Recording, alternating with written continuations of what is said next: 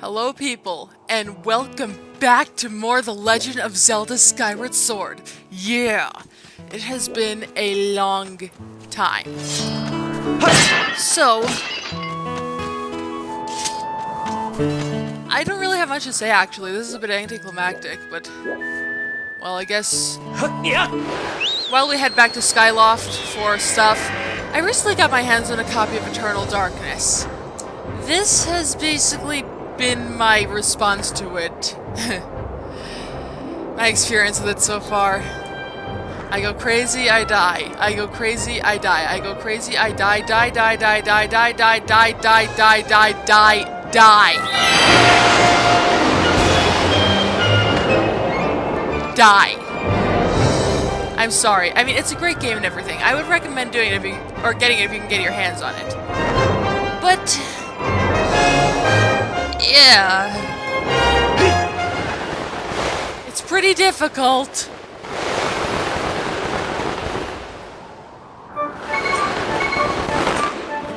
So, while we're here, I kind of want to talk about the mini-games here. Now, I was kind of going back and forth on whether I wanted to get all the pieces of heart or not, because exactly 4 of them, which is, happens to be the number you need to make a full heart container, are really hard and annoying to get. Oh, and I've decided, trying to choose between getting 100% and enjoying my time making this Let's Play. No, okay? No, I am not going to put myself through something I don't enjoy for the entertainment of strangers. If I were willing to do that, I would not be making Let's Plays. I would be, I don't know, acting like some kind of idiot and doing freaking fashion tutorials or something. Vlogging. Whatever. The point... Oh, if I get 1 more rupee, I'll have 612. I'm gonna get to work on that. Anyway, the point here is, if there's one thing that they dropped the ball on, it's the mini-games. You already know what I feel about Dodo's High Dive, the, stupid clown on that stupid island out there. Basically, it's entirely luck-based. The only real saving grace of it is that, well, you have, well, the first half is easy. You basically have to pass through rings without touching balls while diving, and once you get the hang of the diving controls, it's fine. But then the second part, you have to land on a specific part of a roulette that's spinning the whole island. And if you land on the special 50 rupee space while having the maximum multiplier from passing through all the rings without hitting any of the balls, then, well, you win a piece of heart. The rings are easy. And while you can cheat on it with a well-timed bit of Wii home menu-ness, freezing the action and letting you know exactly where the 50 rupee thing is, and by prior knowledge where it will be by the end of by the time you hit it, well, it's not worth it. You can also go back down to Lanayru Desert, and in the Lanayru Sand Sea, you can talk to that one Goron in charge of, or who was basically just hanging out on that island with all the minecart tracks. You can do that if you want. It's, you know, it's an okay thing to do. It's probably the least terrible out of the 4, but it's still unnecessary, and I don't like it. It's not fun. And I'm doing this to have fun. Also, the Lanayru Desert, Lanayru the Dragon has the Thunder Dragon's Lightning Round, which is basically a boss rush, also known as we don't know how to pad this game out anymore, so we're going to just repeat old content. Yeah, I don't like boss rushes. And, most pertinently, right here in Skyloft, after you finish Fledge's side quest, he has an archery game. Basically, he throws pumpkins in an arc, and you need to shoot the pumpkins. This sucks, and let me tell you exactly why. See, the pumpkins, while they do travel in an arc, it's not a predictable arc. You have to you can't just park your bow in one place and leave it there. And even if you could, the game would still be boring. However, here it's boring and infuriating. See, the makings of a good archery minigame, you can see them in Ocarina of Time, with the shooting gallery, where the targets show up, you know, they show up predictably. And then you shoot them. While they don't show up in the same place, while they don't just, every target doesn't show up in the middle, that would just be stupid. They show up in different places, some of them move. They show up in a predictable fashion. And, well, they go slowly enough that you have time to adjust your aim and shoot it. Here, you don't. They just go, well, in an arc, and unless you're a physics whiz, you can't tell where it's going to be. Even then, if there were landmarks in the background, then that would have been better. In, say, the Mario RPGs, whenever there are things charging at you on multiple lanes, there's always a way to know when you're going to hit something, or when you need to jump or hammer to dodge or counter. Here, all you have is this thing, which doesn't help much. Because it's like, you know, above the beam, maybe higher above the beam, oh, it's too late, it just hit the ground. And you missed it. Because this game sucks. Well, this game doesn't suck, this mini-game does.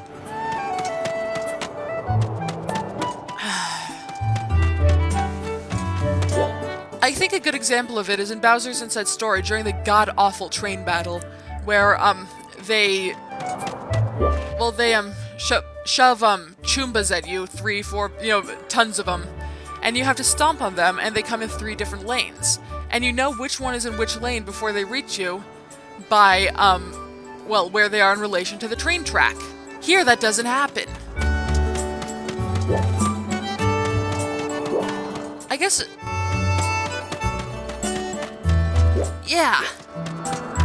Look, I think I've ranted enough, and I honestly did not plan on what I was going to do this episode. So, I guess we'll look for the rest of the goddess cubes?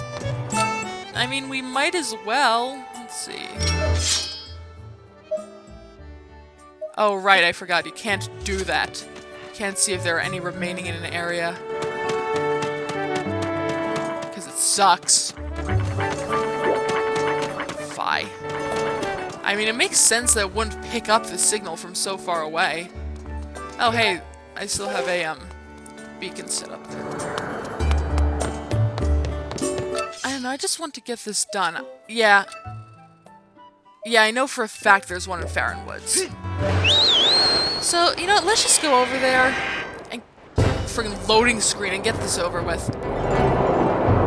So...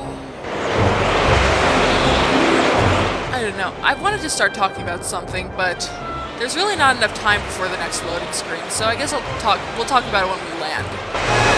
Whee!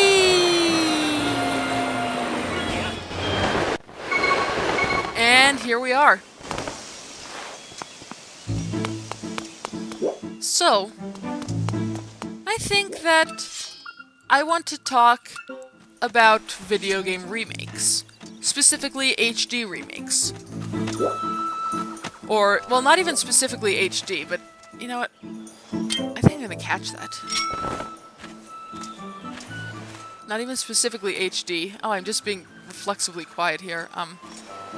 But, you know, game remakes that are in a higher resolution than their previous one. See, when I heard that Wind Waker was getting an HD remake, I did not understand it. Wind Waker looks great. It looked great when it came out, and it still looks great. It took its flaws, and it embraced them by having a cartoony style that, oh, jeez. Anyway, by having a cartoony style that, well, it honestly looks really good. It, added to the expressiveness of the characters in ways that the GameCube could not do otherwise, and that it failed to do in Twilight Princess. Seriously, Link just looks like an idiot. Ah! That happened! I want to resist getting more rupees because 612. Oh, jeez, I just breathed into the microphone. I heard that. Basically...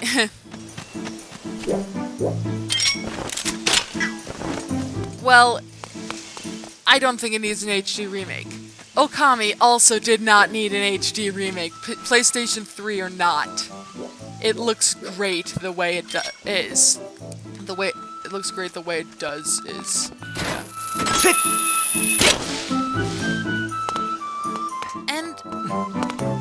But, as for the remake of, well, oh, that did not work, of Ocarina of Time, yeah, I can completely get behind that. I enjoyed Ocarina of Time, but it suffered from, well, God, this is just gonna be an entire video of me just dicking around here, isn't it?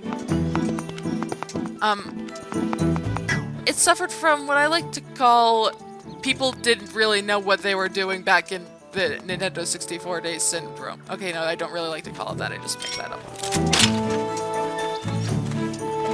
Hang on, seriously, that's the only way up there. This is just gonna be an entire episode of me goofing off. Alright. I'll take it. I mean, it's not like I had anything planned. Ah, look at that, yeah.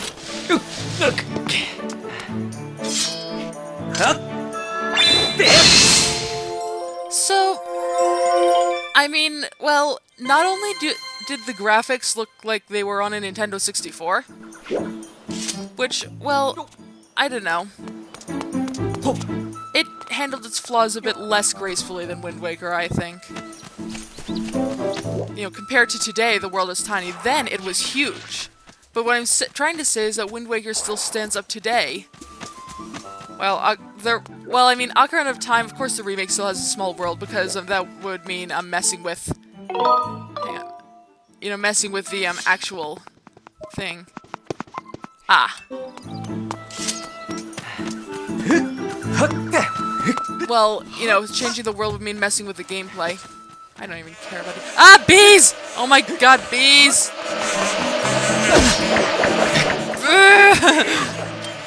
Bugnet! Where's the freaking bugnet? Ah! Goddamn bees! Bees! I hate you!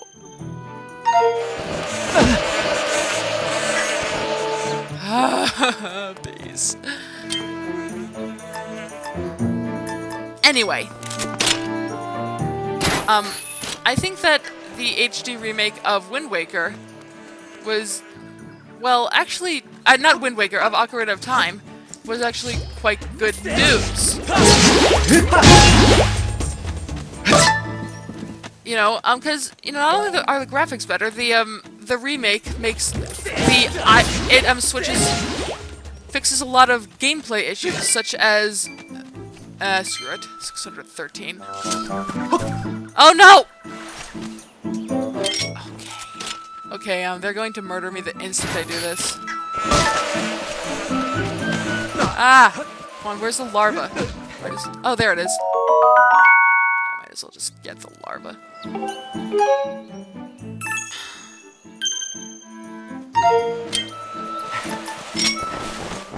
I was gonna say something.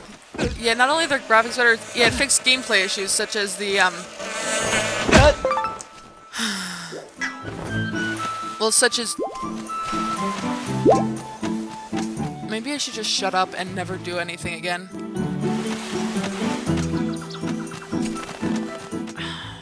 It's been 15 minutes! God! Gameplay issues, such as, the iron boots and hover boots being, well, rather than, well, being equipment rather than items, meaning that every time you wanted to switch between your boots, you had to go to the equipment screen, which happens more often than you would think. In the remake, they're items.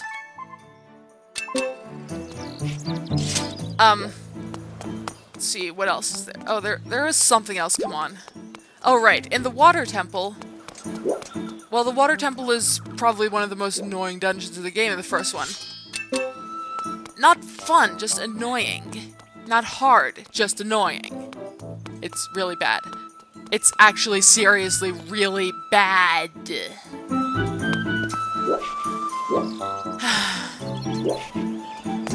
Partially because of the Iron Roots thing, which has, I already said, has been fixed, and because of the, fact that whenever you had to change the water level, you had to go to a specific room, which was unmarked. Here, they're marked in the remake, so I think it improved, and that remakes have the potential to improve. You know, I think that I'm going to continue this rant next time, because it's been 17 minutes almost. I can't believe it. And essentially, this was a great episode to come back on, okay? Yeah, see you guys later.